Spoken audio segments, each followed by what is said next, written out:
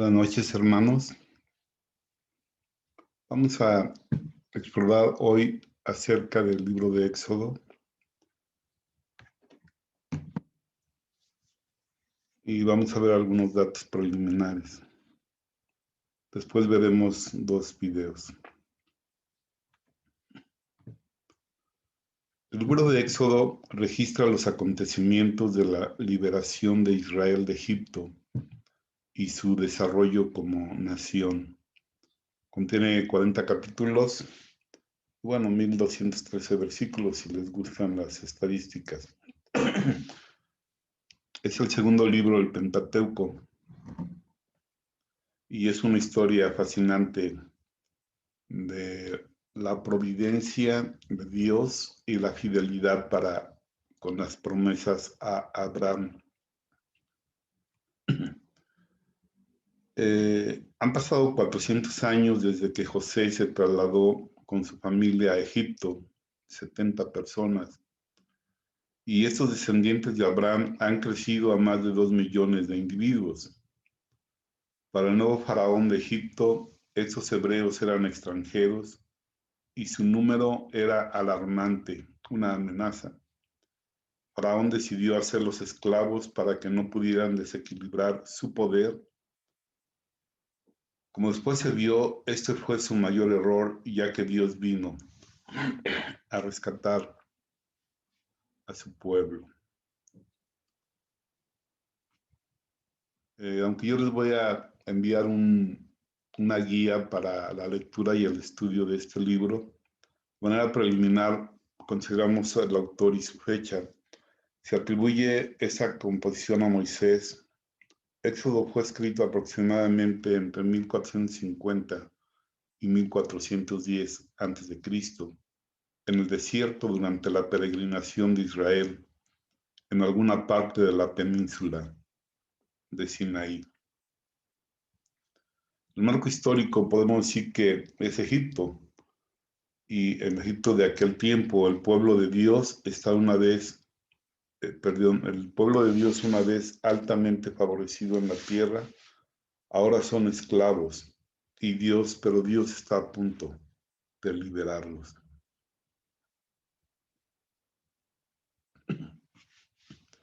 Aquí un versículo clave. Dijo luego Jehová: bien he visto la aflicción de mi pueblo, y he oído su clamor a causa de sus exactores, pues he conocido sus angustias. Ven por tanto ahora y te enviaré a Faraón para que saques de Egipto a mi pueblo, los hijos de Israel. Son palabras que Dios le dio a Moisés después de que, como dijo Moody, había pasado 40 años creyendo que era alguien importante y luego pasó 40 años aprendiendo que no era nadie, y después, en el transcurso del Éxodo, él pasaría otros 40 años aprendiendo lo que Dios puede hacer con una persona que no es nadie, pero que Dios llama, envía y respalda. El libro de Éxodo tiene un gran aporte teológico. Habla acerca de la esclavitud y evidentemente aparece como un símbolo de la esclavitud del pecado. Habla acerca de la Pascua como un tipo de la muerte de Cristo, como el Cordero Pascual. Habla acerca de una guía de Dios en el desierto, como dice ahí en el Salmo 32:8, de manera maravillosa: te haré entender y te enseñaré el camino por el que debes de andar. Y como que nosotros podemos clamar a Dios diciendo: sí, Señor, hazme entender. Y sí, Señor, enséñame el camino por el que debo de andar. Y nos habla acerca del pueblo de Dios, de aquella nación que nace de una promesa de Dios dada a un hombre de 75 años con una mujer estéril, en el capítulo 12 de Génesis, donde Dios le dice que hará de él una nación grande, y eso implicaba claramente una descendencia. Y esa promesa fue dada a un hombre de 75 años, que tenía una mujer hermosa pero estéril. Sin embargo, las promesas de Dios se cumplieron. Y aunque transcurrieron 25 años del capítulo 12 al capítulo 21 de Génesis, Dios había hablado y lo que él dijo con su boca lo cumplió. Y en el capítulo 21 vemos términos extraordinarios como que Sara dio a luz en el tiempo que Dios había dicho, como Dios lo había dicho y como le había hablado. Es la historia de la familia de Abraham, llegada a Egipto en tiempo de José, y después que muere José, esclavizada por el faraón, que no conocía a José. También tiene un aporte teológico en cuanto al rescate, la redención. Y bueno, contiene los 10 mandamientos, la ley moral, o la síntesis de la ley moral entregada por Dios a Moisés para el pueblo, y que tiene dos divisiones básicas, 4 mandamientos que norman la relación del hombre con Dios y 6 mandamientos que norman la relación del hombre con su prójimo. Y por eso es que en el Nuevo Testamento Jesús lo resumió diciendo que el mayor mandamiento es: amarás al Señor tu Dios con toda tu alma, con todas tus fuerzas, con todo tu corazón, y amarás a tu prójimo como a ti mismo. Hay personas claves ahí: Moisés, María, Faraón, la hija de Faraón, Yetro, Aarón, Josué, Bezalel.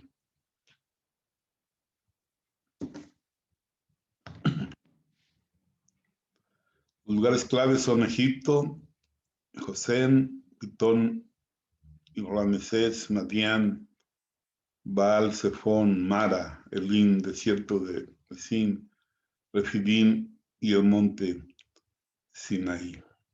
Como les comenté, yo les enviaré un bosquejo o una guía para leer y estudiar este libro más ampliamente.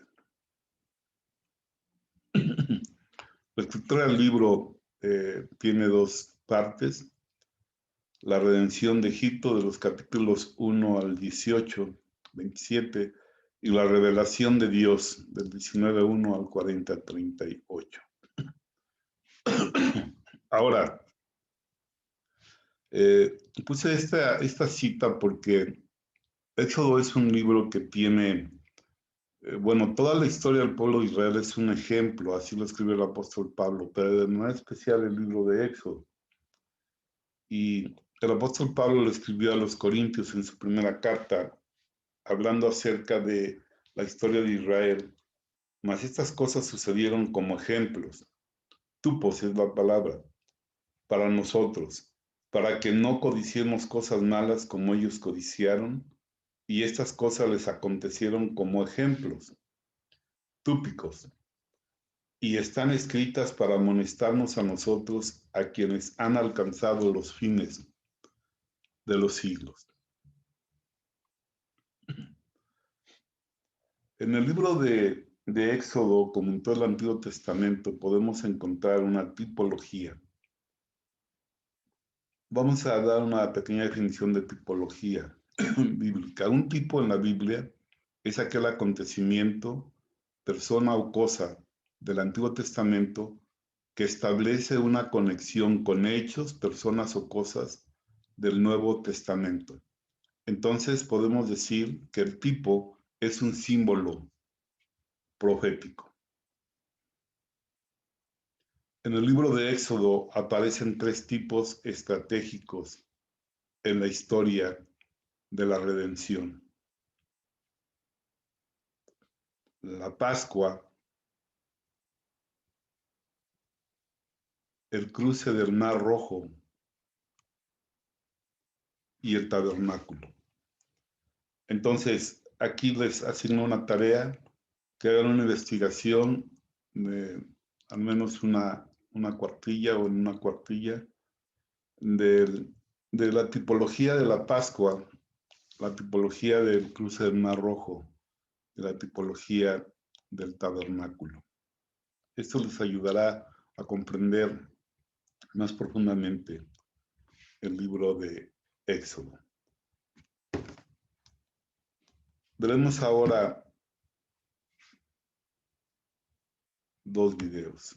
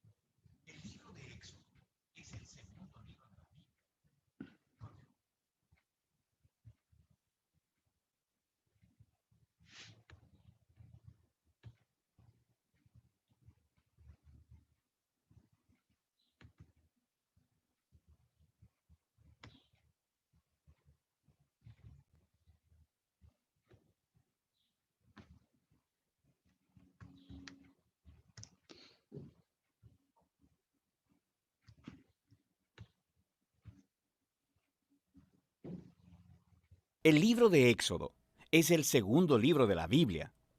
Continúa la trama del libro anterior, Génesis, que terminó con el nieto de Abraham, Jacob, guiando a su familia de 70 personas hacia Egipto. El 11º hijo de Jacob, José, había sido ascendido a ser el segundo al mando en Egipto. Él había salvado a toda su familia de una hambruna.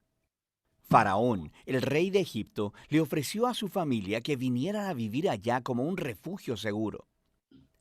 Tiempo después, Jacob muere en Egipto y también José y todos sus hermanos.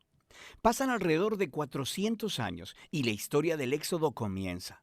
Ese nombre se refiere al evento que ocurre en la primera mitad del libro, el Éxodo de Israel desde Egipto. El libro tiene una segunda mitad que tiene lugar al pie del monte Sinaí. En este video solo enfocaremos la primera mitad, donde siglos han pasado. Israel fue fecundo, se multiplicó y llenó la tierra. Esta frase es un eco intencional de la bendición que Dios le dio a toda la humanidad en el jardín del Edén. Nos recuerda de la gran historia bíblica hasta ahora. La humanidad perdió la bendición de Dios por su pecado y rebelión.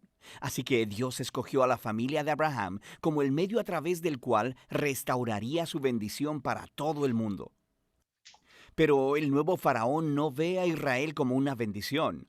De hecho, él piensa que este grupo creciente de inmigrantes israelitas es una amenaza para su poder. Igual que en Génesis, la humanidad se rebela contra la bendición de Dios. Aquí, Faraón intenta destruir la fuente de bendición de Dios, los israelitas. Él los esclaviza brutalmente, obligándolos a trabajos forzados, y luego ordena que todos los niños israelitas fueran ahogados en el río Nilo. Faraón es, hasta ahora, el peor personaje de la Biblia. Su reino ejemplifica la rebelión de la humanidad contra Dios. Faraón ha redefinido el bien y el mal de acuerdo a sus propios intereses, que aún el asesinato de niños inocentes se ha convertido en algo bueno para él. Ahora Israel clama por auxilio contra esta nueva Babilonia y Dios responde. En primer lugar, Dios da vuelta a la maldad de Faraón, cuando una madre israelita lanza a su hijo al río Nilo, pero en una cesta. Él flota sin peligro hasta donde está la propia familia de Faraón. Él es llamado Moisés y crece hasta convertirse en el hombre que Dios usará para vencer la maldad de Faraón. En la famosa historia de la zarza ardiente, Dios se le aparece a Moisés y le manda ir delante de Faraón y ordenarle que libere a los israelitas.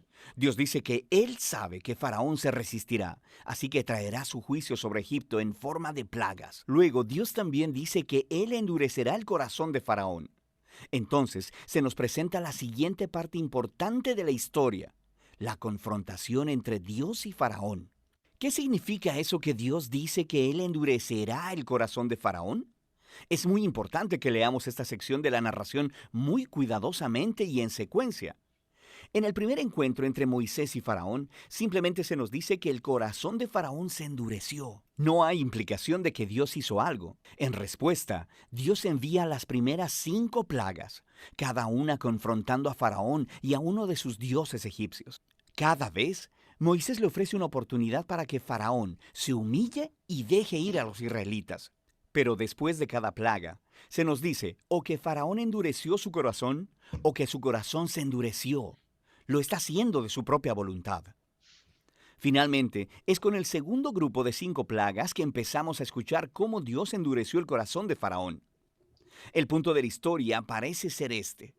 Aunque Dios sabía que Faraón resistiría su voluntad, de todos modos Dios le ofreció todas estas oportunidades de hacer lo correcto. Eventualmente la maldad de Faraón llega a un punto sin retorno.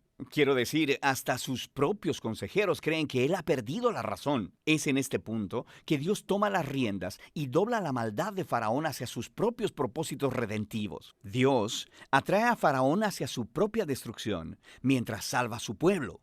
¿Qué es lo que sucede después? Con la plaga final es la noche de Pascua. Dios le cambió las cartas a Faraón. Así como él mató a los hijos de los israelitas, Dios matará a los primogénitos de Egipto con una plaga final. A diferencia de Faraón, Dios proveyó un medio de escape a través de la sangre del cordero. Aquí la historia se detiene y nos presenta en detalle el ritual anual israelita de la Pascua. En la noche anterior a la salida de Israel de Egipto, sacrificaron un cordero joven y sin mancha, y pintaron con su sangre los dinteles de las puertas de sus casas. Cuando la plaga divina vino sobre Egipto, las casas cubiertas con la sangre del cordero fueron pasadas por alto, y el hijo primogénito fue librado. Así que cada año después de eso, los israelitas recrean esa noche para recordar y celebrar la justicia y la misericordia de Dios. Pero Faraón, por su orgullo y rebelión, perdió a su propio hijo y es movido por fin a dejar en libertad a los israelitas. Los esclavos israelitas hacen su éxodo desde Egipto, pero en cuanto se fueron, Faraón cambió de opinión. Reunió a su ejército y persiguió a los israelitas para una última confrontación. Mientras los israelitas pasan a través de las aguas sin peligro alguno, Faraón se precipita hacia su propia destrucción. La historia del Éxodo concluye con la primera canción de alabanza en la Biblia. Se llama el Cántico del Mar. La última línea declara que el Señor gobierna como rey. La canción cuenta poéticamente sobre qué trata la historia del reino de Dios. Se trata de cómo Dios está en una misión para confrontar el mal en este mundo y redimir a aquellos que están esclavizados por ese mal. Dios llevará a su pueblo a la tierra prometida, donde su divina presencia vivirá con ellos. Esta historia muestra cómo se ven las cosas cuando Dios es rey sobre su pueblo. Después que los israelitas cantan su canción, la historia da un gran giro. Los israelitas están viajando a través del desierto hacia el monte Sinaí. Tienen hambre, están sedientos y empiezan a criticar a Moisés y a Dios hasta por haberlos rescatado. Ellos dicen que extrañan los buenos tiempos en Egipto. Es una locura. Dios, en su misericordia, provee a Israel alimento y agua en el desierto. Pero estas historias oscurecen el panorama. Nos comenzamos a preguntar, ¿podría ser que el corazón de Israel sea tan duro como el de Faraón? Ya lo veremos. Por ahora, esa es la primera mitad del libro de Éxodo.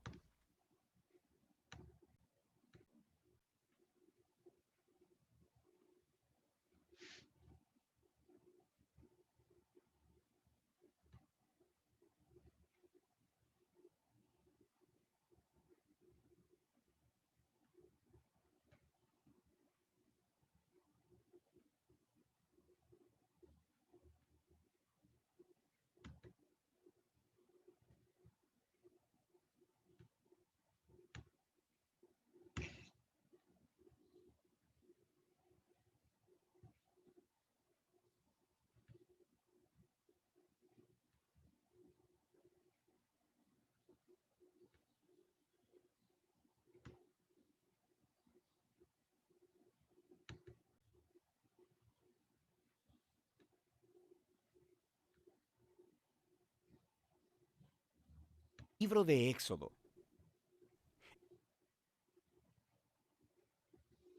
El libro de Éxodo.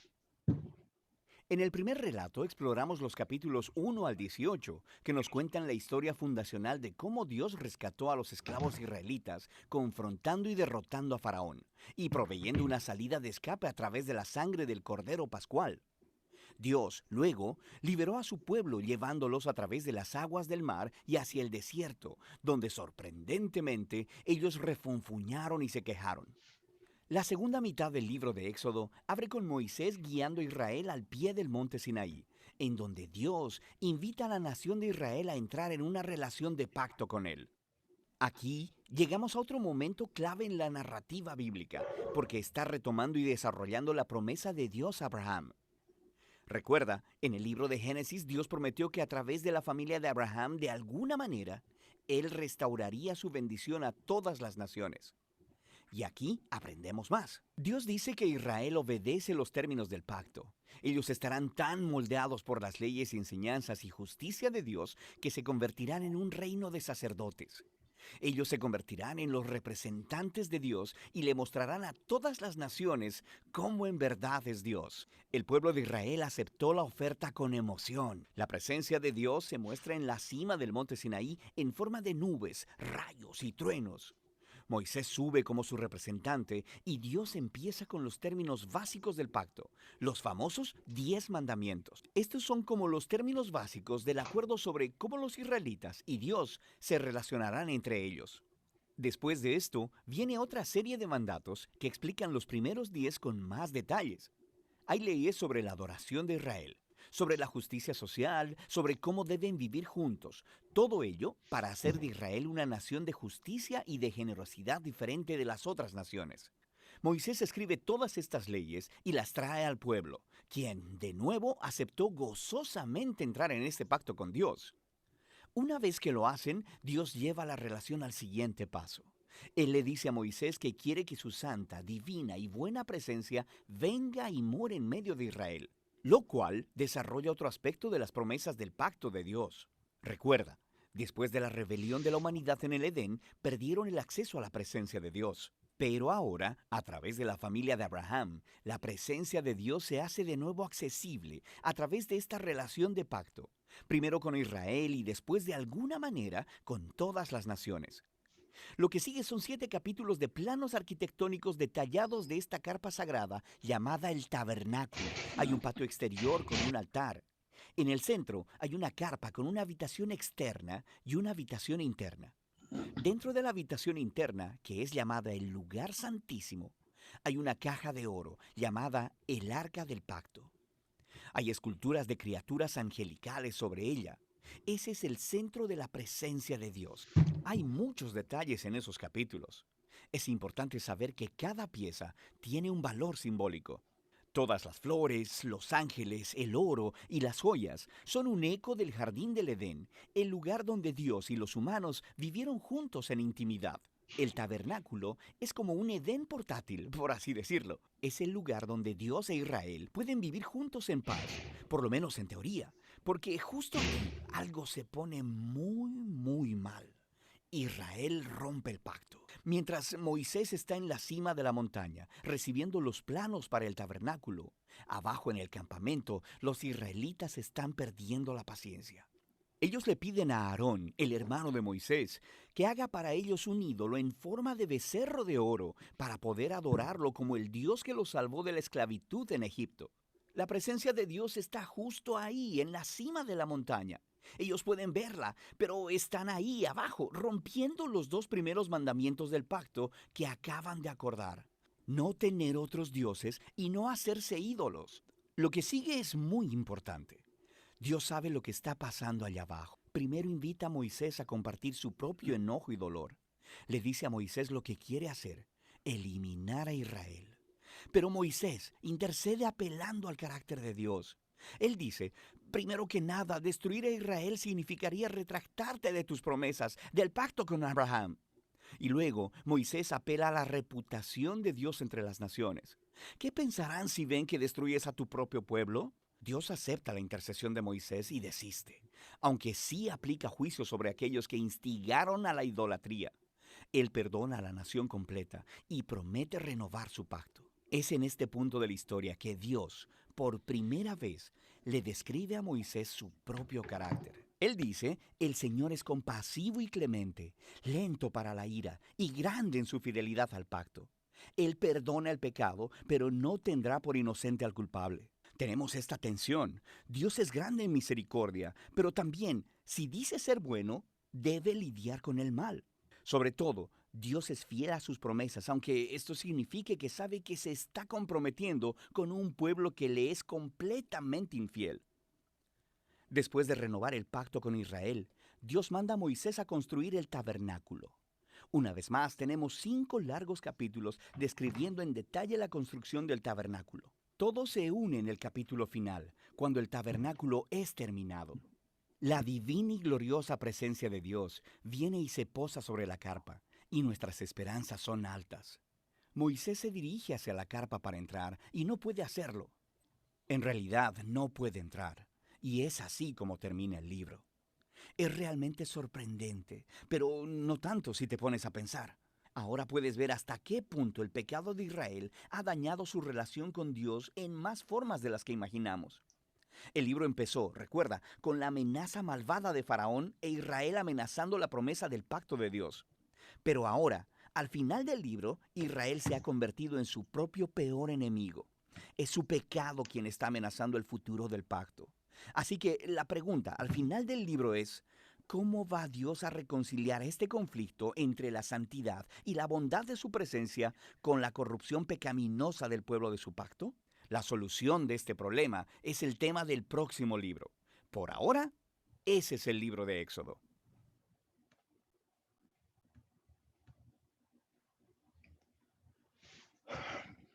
Bien, hermanos. Eh, entonces, voy a poner en el grupo de WhatsApp del CEBAM una guía para que ustedes lean durante la semana y estudien este libro. Y la tarea correspondiente para ustedes es escribir algo sobre la tipología de la Pascua, del cruce del Mar Rojo y de el tabernáculo. Gracias por su tiempo. Dios les bendiga.